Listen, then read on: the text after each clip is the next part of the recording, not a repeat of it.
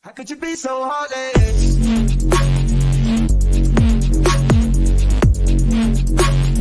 No one man to have all that.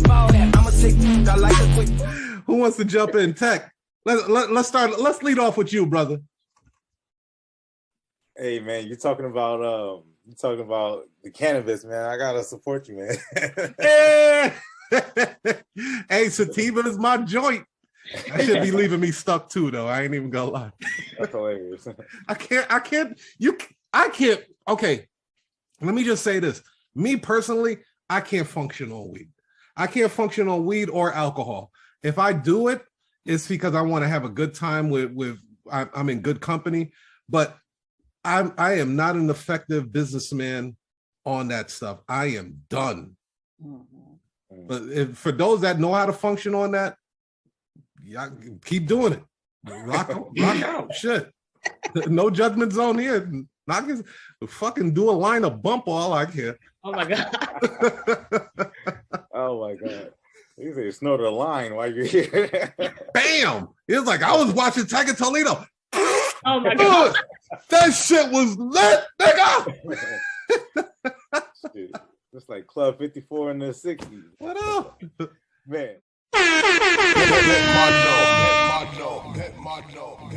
Promise you gonna make money dealing with me because this is all I got. I don't have no trust funds. I don't have none of that coming into me. So I have to create everything that I do. And so I can hide behind a camera and just keep teaching, and kind of dilly-dallying and staying local. But what, I was one of those things where I always focus kind of like on what could go wrong. Okay, so this could go wrong, that could go wrong, but what about what goes right? We don't focus enough on what can go right. So when I step out of that box and I say, I'm going for it, I'm willing to go for it, and I'm willing to go down swinging. If that's what it means, for these 3, 4, 5 months, I had a hell of a ride, and I'm good after that.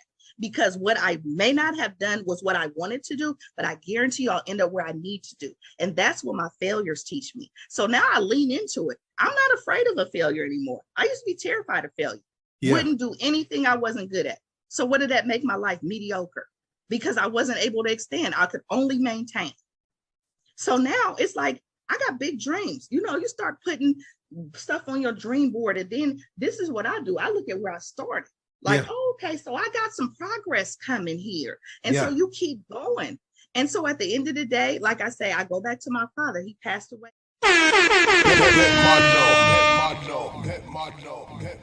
Boss, every situation that you become involved in, you're going to see how you can maximize that, how you can customize that and make it what you do. So I get ideas from some amazing notaries out here. I do. I get all types of ideas. I get all types of information. I'm always seeking information. That will never stop. I just told the class that I had here in Florida, I will never say that I have arrived. I'm always chasing to arrive. I'm always trying to get more. So I feel like it came from just an innate desire to try to be the best in your sphere, in your environment. I know that whenever I get a loan signing and I send somebody out, I give them the lion's share. I take the $75 as a finder's fee and I give them the rest because it just makes sense to me. They're doing all the work. I literally just made a phone call. Hey, can you handle this? So I just decided that, there's always more than one way to operate. And with the help of Tyrone Fain and my mom, we just started putting things together, like adding paralegals, adding just a couple of, notaries around.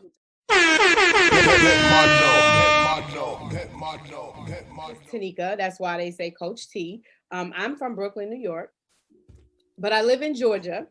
I've been here for maybe about 13 years, but I've always been a notary. I just, at the beginning of the time when I was a notary, I didn't know that you can do anything but be at your job and stamp some documents. So that's kind of how I started until I started teaching myself and learning along the way, finding people doing different things. And it was like, oh, you can do more than just this, right? But of course, you can't do it if your job is paying for it. So you Correct. have to do things on your own.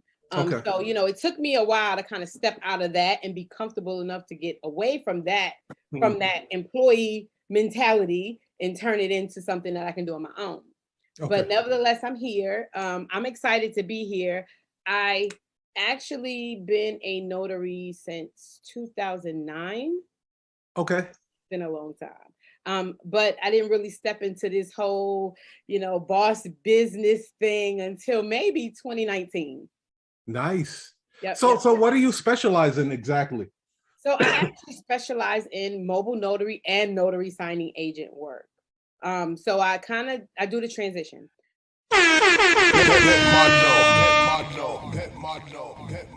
That there's a lot of money to be made on here.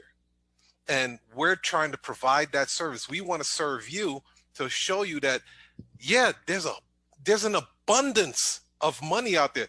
You heard what Tech said. A client might call 7, 8 people. When a person tells me that, I get pissed. You know why I get pissed, Tech? Why? Because it's like, damn, my marketing ain't working good enough. You shouldn't have to call that many damn people. Yeah. I should be the first, second, and third person you call. The hell? Right. And I get upset, right? That's right. I was like, how the hell am I the 8th person? Like, let me You know check what? my analytics and data again. And that's exactly, you know what? And that's another, I have this great digital marketing strategist that works with me, and she is so sharp, man. She is brilliant. Charlene Bond of prolificexpressions.com, prolificexpressions.com. Please, I'll put a referral thing on the chat if I heard of her before. Man, she's on it. She was saying, if people are complaining about notaries not calling, then that's exactly what you give them, or not answering the phone rather, then that's exactly what you do. If people are complaining about notaries being late 15 minutes, 30 minutes, because they're depending on you to get there on time so that they can go and handle their business, right? You can't be late. So advertise that, market that. Say, listen, I'm going to be on time every time, and this is a guaranteed appointment. You will not get somebody who's a no-show, right? So the things that people are complaining to you about, again, talk to these people, talk to strangers, get comfortable with talking to strangers, because they'll tell you.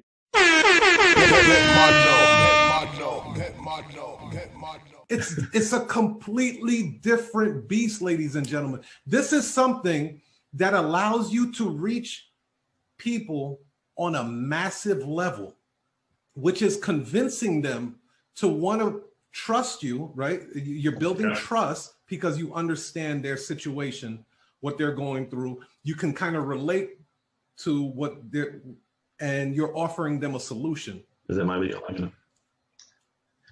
Yeah, man. I mean, I think that's a great analogy, great illustration, because if someone's in that position, and a lot of people are, yes, you tell a story about, you could ask the question, but you could also say, hey, Thomas's mother just came out of the hospital, and you got a nice picture of the situation, and the story's like, ooh, what's going on with that? Because I'm going through the same thing right now.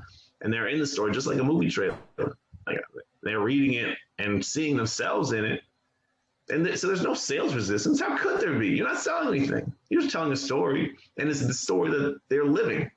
Yeah. You're reading their diary to them and saying, this is what's going on here. And then Thomas figured it out, though, how to help his mother out. So I'm not on that level yet. You're a bad man, no question about it. I'm working on it, but that Thomas story, you just have me like, I was like, oh shit, what's going on with Thomas? And you just made it up. That's how fucked up it is, man. Like, damn. But yeah, okay. So for a person that never been exposed to copywriting, like, what are some 3 fundamentals that can just get their mind moving in the right direction? Like, what could they start doing? Yeah, one of the things that you should start doing is looking closely at what Tiger Toledo was doing. This is really seriously. The way that any of us learn best, is by looking at what's working in the real world. You can read books, and that's cool. Nothing wrong with that. I read a lot of books.